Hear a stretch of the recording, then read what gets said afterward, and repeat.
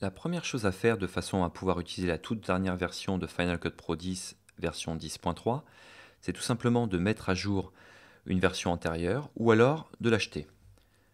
Pour ce faire, vous allez passer par le Mac App Store qui permet de gérer et les mises à jour et les achats d'applications.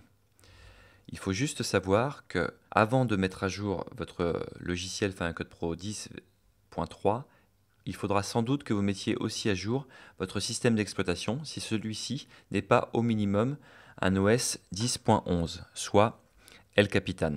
La version actuelle, 10.12 Sierra, comme les suivantes, peuvent bien entendu faire tourner Final Cut Pro 10.3.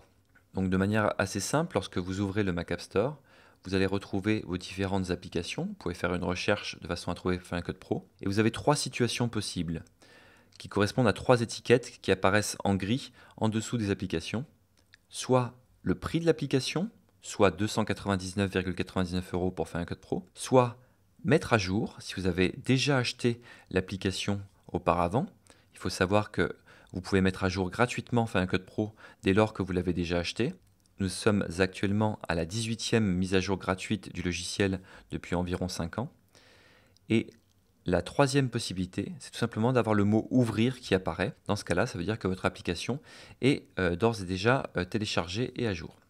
En cliquant sur le nom du logiciel, vous arriverez dans une nouvelle page, la page du produit, qui vous permet d'avoir un petit peu plus d'informations, notamment une liste des nouveautés de la version actuelle, ainsi que dans la partie droite, des informations qui vous donnent la compatibilité avec le système d'exploitation. C'est ici qu'on va retrouver que la compatibilité de Final Cut Pro 10.3 nécessite une version 10.11.4 ou ultérieure de l'OS, mais aussi le poids du package d'application, soit 2,97 Go, ce qui vous permet d'avoir une estimation aussi du temps que va durer la mise à jour. Donc un logiciel de 2,97 Go, suivant la connexion que vous avez, ça met quand même facilement une dizaine de minutes, voire une demi-heure si vous avez une connexion plutôt lente.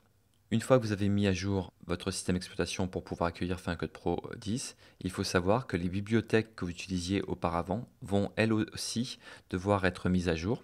Et en l'occurrence, si vous avez des versions très anciennes, il faudra utiliser le système de mise à jour manuel. Donc en gros, à partir de la 10.1, toutes les mises à jour que vous allez faire jusqu'à 10.3 sont des mises à jour très simples. Il suffit de répondre OK au moment où le logiciel vous demande de faire la mise à jour. Si ce sont des versions de projets et d'événements qui ont été gérés, créés avant Final Cut Pro 10.1, dans ce cas-là, il faudra faire une mise à jour manuelle. Je vous en reparlerai dans une annexe.